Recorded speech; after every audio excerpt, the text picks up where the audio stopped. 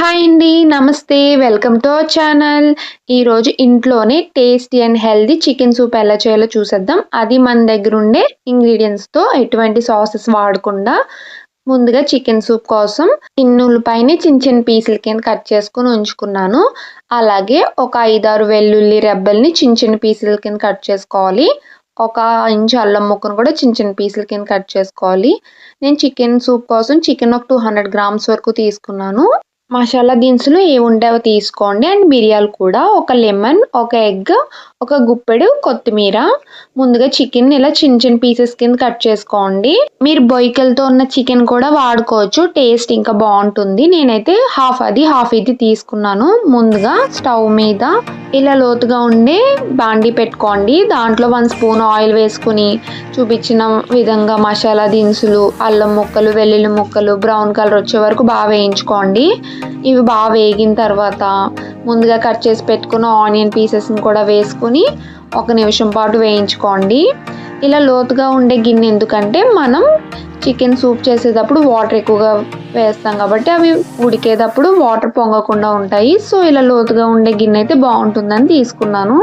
తర్వాత మనం ముందుగా కట్ చేసి పెట్టుకున్న చికెన్ పీసెస్ అన్నీ వేసుకుని మీడియం ఫ్లేమ్లో పెట్టుకుని గరిటెతో తిప్పుతూ వేయించుకోవాలి, లేదంటే చికెన్ పీసెస్ అడుగంటేస్తాయి. చికెన్ ఇలా వైట్ కలర్లోకి వచ్చేసిందంటే చికెన్ బాగా ఫ్రై అయిందని అర్థం. చూడండి, చికెన్ బాగా ఫ్రై అయింది. తర్వాత మనం కట్ చేసి పెట్టుకున్న కొత్తిమీరలో హాఫ్ ఆఫ్ ది కొత్తిమీర వేయించుకొని ఒకసారి తిప్పుకుంటూ వేయించుకోండి. కొత్తిమీర వేగిన తర్వాత సరిపడా సాల్ట్ వేసుకోండి. తర్వాత 1 స్పూన్ వరకు పెప్పర్ పౌడర్ వేసుకోండి. ఘాటుగా కావాలనుకుంటే ఇంకో హాఫ్ స్పూన్ ఎక్స్ట్రా యాడ్ చేసుకోండి. ఇప్పుడే మనం కొంచెం కావాలంటే 1 స్పూన్ సోయా సాస్ వేసుకోవచ్చు. నేనైతే వేయట్లేదు. సాసెస్ అంత మ్యాండేటరీ కాదు కాబట్టి వితౌట్ సాసెస్ కూడా మనం ఈ చికెన్ సూప్ చాలా టేస్టీగా చేసుకోవచ్చు. ఇప్పుడు సూప్కి తగినన్ని వాటర్ వేసుకోండి. నేనైతే 2 గ్లాసెస్ వరకు వాటర్ వేసుకున్నాను. ఈ వాటర్ అంతా మీడియం ఫ్లేమ్లో పెట్టుకుని బాగా మరిగించుకోవాలి.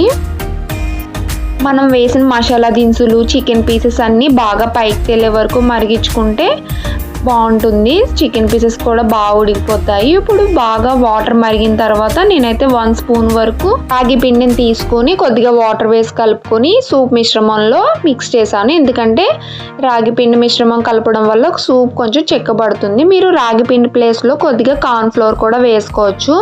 ఒక 1-2 మినిట్స్ బాగా మరిగించిన తర్వాత ఒక ఎగ్ని బాగా బీట్ చేసుకుని వేసుకోండి. ఎగ్ బీట్ చేసి వేయడం వల్ల సూప్లో ఫ్లఫీగా బాగుంటుంది. అండ్ 1 నిమిషం పాటు కదపకుండా వదిలేయండి. 1 మినిట్ తర్వాత మనం గరిటెతో ఒక్కసారి ఆ మిశ్రమాన్ని మొత్తం కలుపుకుంటే ఎగ్ అనేది పెద్ద పెద్ద పీసుల కింద ఉంటుంది. సూప్ తాగేటప్పుడు చాలా బాగుంటుంది. ఫైనల్గా కొత్తిమీర వేసుకొని స్టవ్ ఆఫ్ చేసేసుకోవాలి.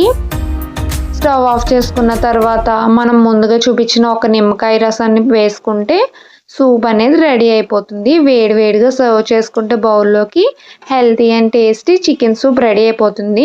మనకి ఎప్పుడైనా అలసటగా ఉన్నప్పుడు కానీ, జలుబు చేసినప్పుడు కానీ, ఏమైనా వెరైటీగా తినాలన్నప్పుడు కానీ ఇలా ఇంట్లోనే టేస్టీ అండ్ హెల్తీగా చికెన్ సూప్ చేసుకుంటే చాలా సింపుల్గా అయిపోతుందండి. వీడియో కనుక నచ్చినట్టయితే లైక్ చేయండి, షేర్ చేయండి, సబ్స్క్రైబ్ చేయండి.